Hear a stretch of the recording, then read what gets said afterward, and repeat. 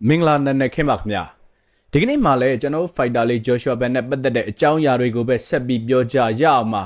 ဒီလိုပြောတဲ့နေရာမှာကျွန်တော်အကြောင်းအရာနှစ်ခုပြည့်သက်တွေကိုပြောပြခြင်းနဲ့ပထမတစ်ခုကတော့ကျွန်တော်ပြည့်သက်တွေကိုဘ ഹു တုတရစေခြင်းလို့နောက်တစ်ခုကတော့ဂျိုရှွာဘန်နဲ့ပတ်သက်ပြီး UFC ကထပ်မံသတ်မှတ်လိုက်တဲ့စုတစိတ်တစ်ခုအကြောင်းပါအဲ့ဒီအကြောင်းအရာနှစ်ခုတည်းကပထမဆုံးအကြောင်းအရာဖြစ်တဲ့ကျွန်တော်ပြည့်သက်တွေလည်းဘ ഹു တုတရစေနိုင်တဲ့အကြောင်းအရာတစ်ခုကိုပထမဆုံးစပြီးပြောခြင်းပါတယ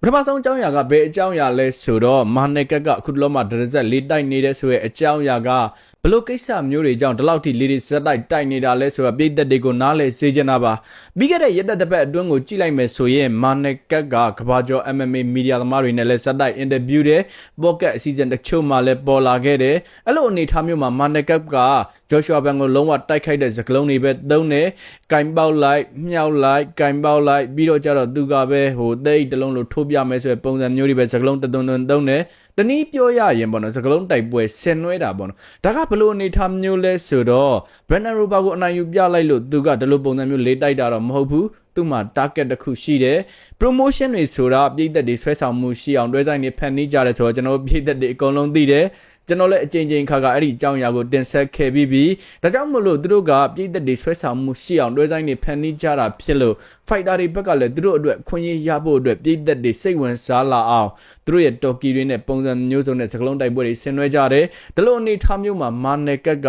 ကွက်ကြနဲ့ကိုမီဒီယာတွေထက်လာပြီးတော့အင်တာဗျူးတွေစက်တိုက်လှုပ်သွားတာပါဒီလိုလှုပ်သွားတာကလည်းအကြောင်းအရာရှိတယ်မာနယ်ကတ်ကိုစားပြုထားတဲ့ agent ကကဘာကျော် agent ကြီးအလီအဗ်ဒလာဇစ်ဒီ agent ကြီးကအရန်ကိုလဲတဲ့ agent ကြီးဘလို့ပုံစံမျိုးကွက်ရှယ်ရွှေ့ရင်ဘလို့ပုံစံမျိုးဖြစ်လာနိုင်တယ်ဆိုတာသူကကြိုပြီးတွက်ထားတယ်ဒီလိုအကြောင်းရင်းတွေကြောင့်သူကမာနယ်ကတ်ကိုဒီလိုပုံစံမျိုးနဲ့မီဒီယာတွေထက်မှတော်ကီပွားလို့ရအောင်သူကကလကနောက်ွယ်ကနေစီစဉ်တာပါဘလို့ပုံစံမျိုးစီစဉ်လဲဆိုတော့ဒီ fighter တွေရဲ့ agent တွေဆိုတာကျွန်တော်တို့လိုမီဒီယာသမားတွေနဲ့အမြဲတမ်းအဆက်အသွယ်ရှိကြတယ်သူတို့လိုအပ်ရင်သူတို့က interview တွေလုပ်ခိုင်းတယ်ပြီးတော့ကြတော့သူတို့လိုချင်တဲ့သတင်းအချက်လက်တွေဆိုရင်လည်းသူတို့ကထုတ်ခိုင်းတယ်ဒါသူတို့စီကနေရတာဘာဖြစ်တယ်ညာဖြစ်တယ်ဆိုတဲ့ပုံစံမျိုးနဲ့ထုတ်ခိုင်းတယ်ဒီလိုအနေထားတွေနဲ့သူတို့က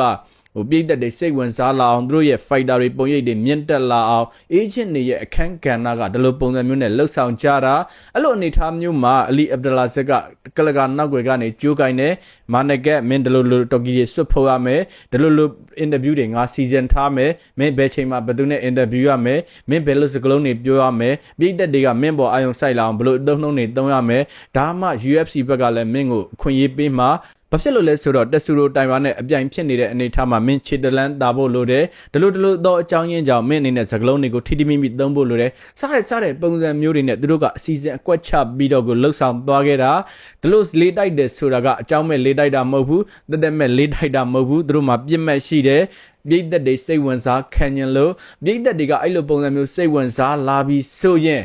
promotion ကလည်းဒီလိုတွဲဆိုင်မျိုးတွေကိုဖန်နီးတက်လို့တနည်းပြောရရင်လီယန်မာရီဆန်နဲ့ဆိုလန်ဦးတို့နေထားတောင်မနဲ့ one championship ကရအောင်တဲတဲ့ပုံစံမျိုးတွေဖြစ်ခဲ့ဘူးတယ်ဒါကဘာဖြစ်လို့လဲဆိုတော့ပြည်သက်တွေစိတ်ဝင်စားလို့ဒီလောကမှာကဒီလိုပြည်သက်တွေစိတ်ဝင်စားရင် promotion တွေကပွဲတက်ပေးတယ်ဆိုတာကျွန်တော်တို့ပြည်သက်တွေကိုအထုတလဲပြောစရာမလိုဘူးဂျိုရှွာဘန်ကိုလည်းကျွန်တော်အဲ့ပုံစံမျိုးနဲ့မေးခွန်းမေးခဲ့တယ်ဂျိုရှွာဘန်ကဘာဖြစ်လို့သူလေးတိုက်ရတာလဲဒီလို state တွေပြန်ပြီးတင်ရတာလဲဆိုတဲ့အကြောင်းရင်းက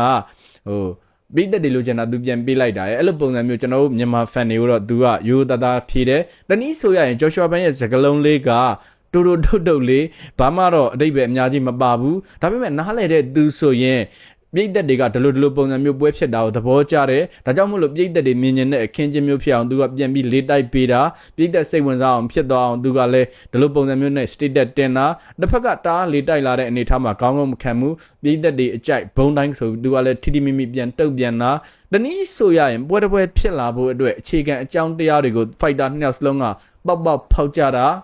ာဒီညမှာထူးခြားတဲ့အကြောင်းအရာလေးတစ်ခုကိုကြားချင်ပြီးပြောချင်နေပါတယ်ဒီအကြောင်းအရာကကျွန်တော်တို့ပြည်သက်တွေကိုထပ်ပြီးဘ ഹു တုတရစေခြင်းလို့ပြီးတော့ကြတော့ဘလို့ပုံစံမျိုးနဲ့မာနယ်ကတ်ကပေါ့ကတ်အစီအစဉ်တချို့မှလည်းပေါ်လာတဲ့ဆိုတဲ့အကြောင်းအရာလေးလည်းနားလည်စေခြင်းလို့ပါ မာနက်ကပ်ကဒီကာမာရူဥစမန်နဲ့ဟင်ရီစီဟူတို့နှစ်ယောက် host လုပ်တဲ့ဘောင်းဖော်ဘောင်ပေါ့ကတ်အစီအစဉ်မှာလည်းတက်လာတယ်အဲ့မှာလည်းဂျော်ရှွာဘန်နဲ့ပတ်သက်တဲ့အကြောင်းအရာတွေကိုတရဇက်လေးတိုက်တယ်ကာမာရူဥစမန်ကတော့ဂျော်ရှွာဘန်ရဲ့ fan စစ်စစ်အဲ့တော့သူကဂျော်ရှွာဘန်ကိုလေးတိုက်ရင်သိပ်ပြီးမကြိုက်ဘူးနည်းနည်းလေးပိတ်တဲ့ပုံစံမျိုးနဲ့မေးခွန်းမေးတယ်ဒါပေမဲ့မာနက်ကပ်ကလည်းမရဘူးလေးတိုက်မယ်ဆိုတာကြီးပဲစက်တိုက်လေးတိုက်သွားတယ်ဒီအနေထားမှာပေါ့နော်ဘာဖြစ်လို့ကာမာရူဥစမန်နဲ့ဟင်ရီစီဟူတို့ပေါ့ကတ်ကိုရောက်လာတာလဲဆိုတဲ့အကြောင်းအရာလေးပြောပြချင်တာပါကာမာရူဥစမန်ကိုကိုစားပြုထားတာကလည်းအလီအဗ်ဒလာဇစ်ဟင်ရီစီဟူတို့ကိုစားပြုထားတာကလည်းအလီအဗ်ဒလာဇစ်ဒီမန်နေဂျာကြီးကဒီဖိုက်တာနှစ်ယောက်စလုံးကိုကိုစားပြုထားတာဒါကြောင့်မို့လို့သူတို့ကပေါက်ဖောက်ဖို့လိုတဲ့အနေထားမှာသူ့ရဲ့ဖိုက်တာတွေရဲ့ပေါ့ကတ်ကိုပါထပ်ပြီးသုံးလိုက်တာတနည်းဆိုရရင်မီဒီယာတွေနဲ့တည်းမလုံလောက်မှဆိုလို့မို့နောက်ထပ်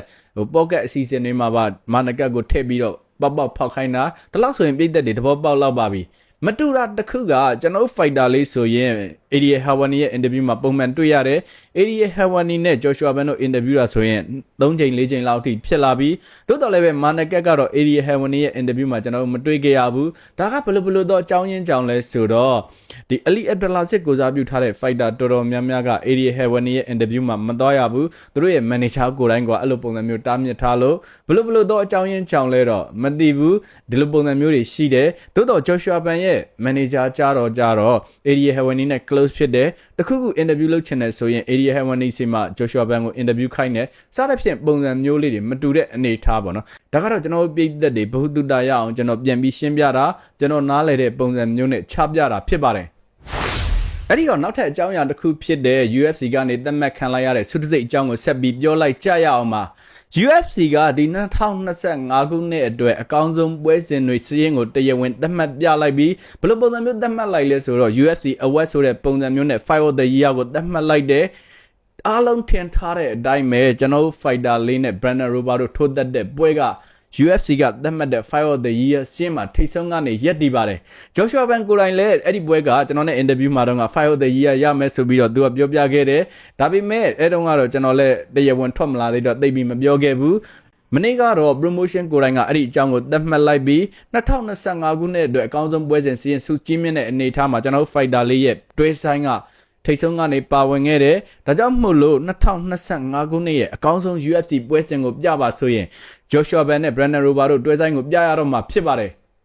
ဒီလိုသတ်မှတ်ခံလိုက်ရတာကသာမန်ပြည်သက်တွေအထူးသဖြင့်ကျွန်တော်မြန်မာပြည်ကပြည်သက်တွေအတွက်အများကြီးအတိတ်တွေကပွင့်လင်းမှာမဟုတ်ဘူးဘာဖြစ်လို့လဲဆိုတော့ကျွန်တော်မြန်မာပြည်ကပြည်သက်အများစုကအခုမှ UFC ပွဲစဉ်တွေကိုစပြီးထီတွေ့ဖြစ်လာတာတကယ်ကတော့ UFC မှာဒီလို flyweight တန်းကပွဲကောင်းတစ်ပွဲကြည့်ရဖို့ဆိုတာအတော်ကိုရှားပါတယ်ဘာဖြစ်လို့လဲဆိုတော့ဟိုရခင်တုန်းကဆိုရင်အမေရိကကလူတွေကလူကောင်ကြီးတယ်အဲ့ဒီတော့ UFC အနေနဲ့ဒီ flyweight တန်းလို့လူကောင်သေးသေး weight တန်းနေမှာ fighter ရှားတာခက်ခဲတဲ့အတွက် promotion ကဒီ weight တန်းကိုဆွဲဆောင်အောင်မဖန်တီးနိုင်ဘူးတချို့ပြည်သက်တွေဆိုရင်ဒီ weight တန်းကိုဖျက်ပစ်ဖို့အထိတောင်းဆိုကြတယ် promotion ကတော့လုံးဝမဖြစ်ဖဲနဲ့အာရှက fighter လေးတွေခေါ်လာတယ်လူကောင်သေးတဲ့ fighter လေးတွေနဲ့တဖြည်းဖြည်းချင်းဒီ weight တန်းကိုပြည်သက်စိတ်ဝင်စားလာအောင်ဖန်တီးလာတယ်လက်ရှိအနေထားမှာတော့လူဟောင်း fighter တွေအကျဖြစ်သွားပြီးနောက်ထပ်တက်လူတွေတက်လာတယ်ချန်ပီယံသစ်ပေါ်လာတယ်အဲ့ဒီဟာပြင် flyweight တန်းကပွဲစဉ်တစ်ပွဲကိုမှ2025ခုနှစ်ရဲ့အကောင်းဆုံးပွဲဖြစ်သတ်မှတ်ခံလိုက်ရတာပါ။ဒီနည်းဆိုရရင် flyweight တန်းကိုပြည်သက်တွေကြိုက်လာပြီး flyweight တန်းမှာလည်းပြည်သက်တွေကြိုက်အောင်ထိုးပြတဲ့ fighter တွေပြည်သက်တွေကြိုက်အောင်ထိုးပြနိုင်တဲ့ပွဲစဉ်တွေပါလာပြီးဆိုတာဒီအချက်ကသက်တွေထူလိုက်တာဖြစ်ပါတယ်။ဒုတိယနေရာမှာသတ်မှတ်ခံခဲ့ရတဲ့ပွဲက GV Prohaska နဲ့ Roundtree Junior တို့ပွဲပါဒီတွဲဆိုင်က UFC 320ပြိုင်ပွဲမှာထိုးသက်ခဲ့တဲ့ပွဲဒီပွဲအခင်းချင်းကိုတော့ပြည်သက်တွေတော်တော်များများသိတယ်ဒီ fighter နှစ်ယောက်ကသုံးချီပုံစံမျိုးနဲ့ထိုးကြတာဒုတိယအချီပြီးတဲ့အထိ Roundtree Junior ကပဲစက်တိုက်အသာစီးရယူတယ်ဒိုင်နေရဲ့အမှတ်ပေးမှုမှာလည်းနှစ်ချီစလုံး Roundtree Junior ကပဲအသာစီးရတယ်သို့တော်လည်းနောက်ဆုံးအချီရောက်မှာတော့ GB Prohaska ကဝူဝါဝါတွေလှုပ်ပြီးတော့ Roundtree Junior ကိုအမှောက်သိပ်ပြသွားတယ်အဲ့ဒီလိုစွမ်းဆောင်ရည်မျိုးကြောင့် GB Prohaska ဟာအဲ့ဒီပွဲနဲ့ပတ်သက်လို့ Fight of the Night bonus ဆုလည်းရတယ် performance bonus ဆုလည်းရတယ်တနည်းပြောရရင် GB Prohaska ကအဲ့ဒီညတော့က bonus ဆုနှစ်ခုအထိတောင်ဆွတ်ခူသွားခဲ့တာပါ UFC မှာတော့ဒီလိုပုံစံမျိုးတွေအတော်လေးရှားတယ်သို့တော်လည်းပဲ GB Prohaska ကတော့ Roundtree Junior လို့မွေထိုင်းကလာတဲ့ fighter ကို ဒုတိုက်ချက်တွေတောင်ရိုက်ချက်တွေနဲ့အမှန်ကန်အမှောက်သိပ်ပြသွားတာရှေ့နှစ်ချီမှာလုံးဝနှိမ်ပါနေသည့်တိုင်အောင်နောက်ဆုံးအချီမှာတော့ဝူဝါးတွေလှုပ်ပြီးတော့အမှန်ကန်အမှောက်သိပ်ပြသွားတဲ့ပွဲလုံးဝရလက်ကိုပြောင်းပြန်လှန်ပြသွားတဲ့ပွဲပြည်သက်တွေပစံအောင်သားဖြစ်သွားစေခဲ့တဲ့ပွဲအဲ့လိုပွဲမျိုးကိုသူကဒုတိယနေရာဖြစ်သတ်မှတ်လိုက်ပါတယ် UFC က2025ခုနှစ်ရဲ့ Fight of the Year အကောင်းဆုံးပွဲတွေအဖြစ်စုစုပေါင်း9ပွဲကိုသတ်မှတ်ခဲ့တဲ့လက်ကျန်3ပွဲကတော့ဒီပွဲတွေအဲ့ဒီ9ပွဲထဲမှာကျွန်တော်တို့ Fighter လေးရဲ့ပွဲကထိတ်ဆုံးကနေသတ်မှတ်ခံရလို့ကျွန်တော်ကပြည်သက်တွေစီကိုယူဆောင်လာခဲ့တာဖြစ်ပါတယ်နောက်ရက်တွေမှာလည်းဘယ်မီဒီယာတွေဘယ်ဖွဲ့စည်းတွေကဒီ2025ခုနှစ်နဲ့ပတ်သက်လို့ဘယ်ပွဲစဉ်တွေကိုအကောင်းဆုံးဖြစ်သတ်မှတ်ကြအောင်မလဲဘယ် Fighter တွေကိုအကောင်းဆုံးဖြစ်သတ်မှတ်ကြအောင်မလဲဆိုတာဆက်ပြီးစောင့်ကြည့်လိုက်ကြရအောင်ဒီကနေ့အတွက်ကတော့ဒီလောက်ပါပဲခင်ဗျကျွန်တော်ရဲ့ channel ကိုဆက်မပြတ်ကြည့်ရှုအားပေးနေကြတဲ့ပရိသတ်တွေအကုန်လုံးကိုကျေးဇူးတင်ပါတယ်ခင်ဗျ